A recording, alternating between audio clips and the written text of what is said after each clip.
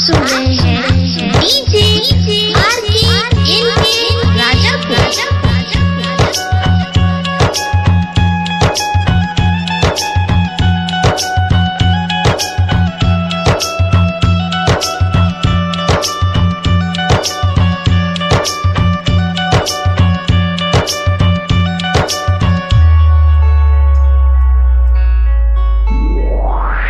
सपना तू हमके देखा ही के जात बहार हमके भूलाई के। सपना तू हमके देखा ही के चली जाई हमके भूलाई के। तन्हा अकेला अखिया डूबेला हमारा से रानी कौन खेला जियते जी हमके मुआई के चली जाई हमके भूलाई के। सपना तू हमके देखा ही के चली जाई हमके भूलाई के।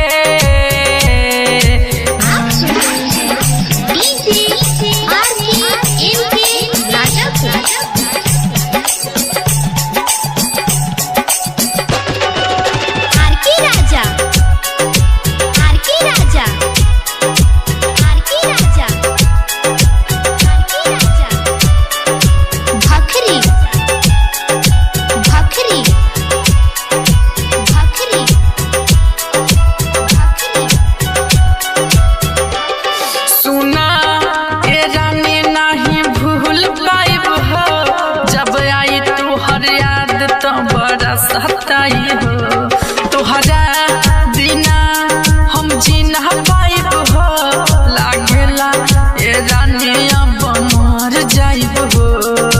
जाए हरा जाई दिहालो रवाई तोहर जुदाई बड़ी तड़पाई दोसरा के बहिया में जाई के चली जाई हमके भूलाई के। सपना तू हमके देखा ही के चली जाई हमके भूलाई के।